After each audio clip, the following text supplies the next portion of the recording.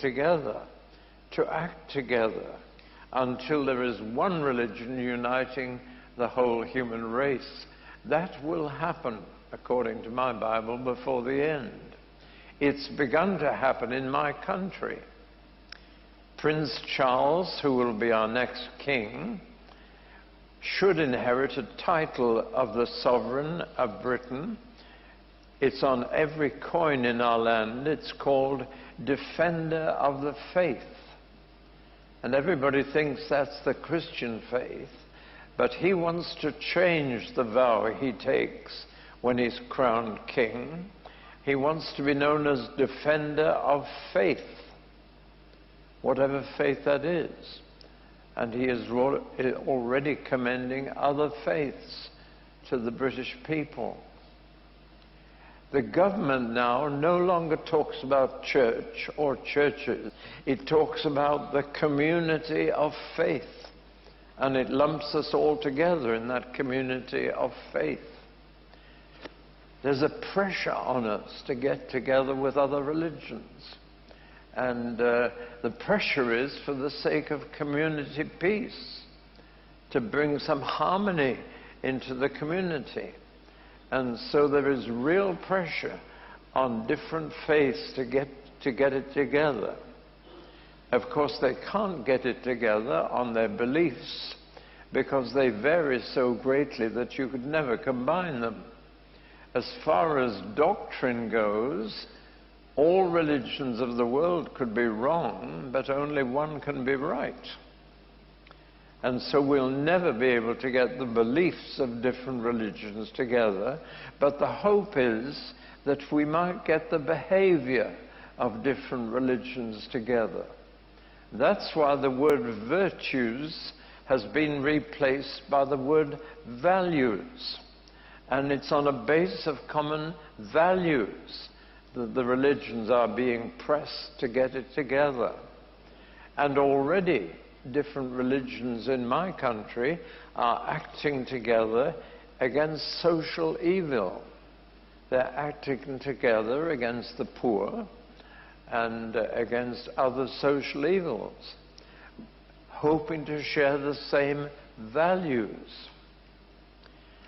Now, you may not know this, but when Muhammad himself wanted to combine with the other two religions that believed in one God, monotheists as they were called, he issued a call to them.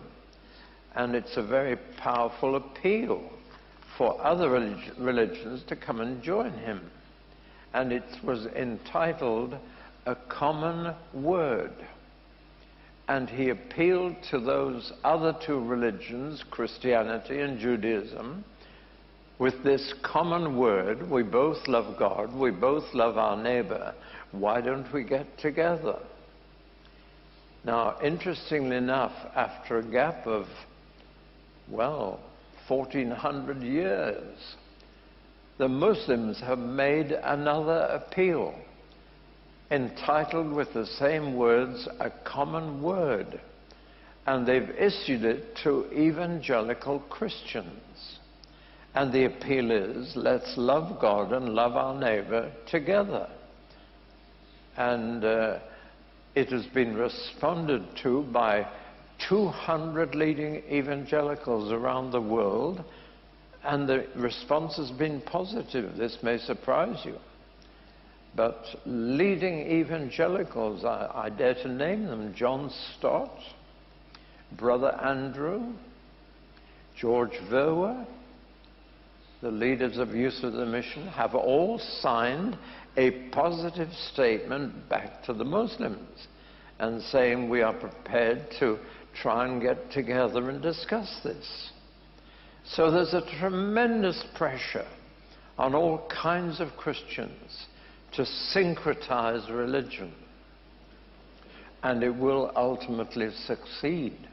There will be a world religion led by a false prophet, and the pressure will be on all of us to join.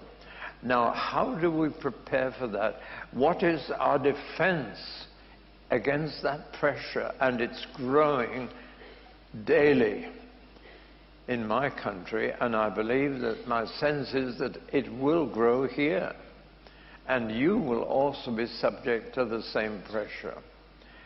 There is a very simple answer to it all, and that is to be sure of the uniqueness of Christ. That's the only thing that we can use to prepare to meet the pressures that will be on us.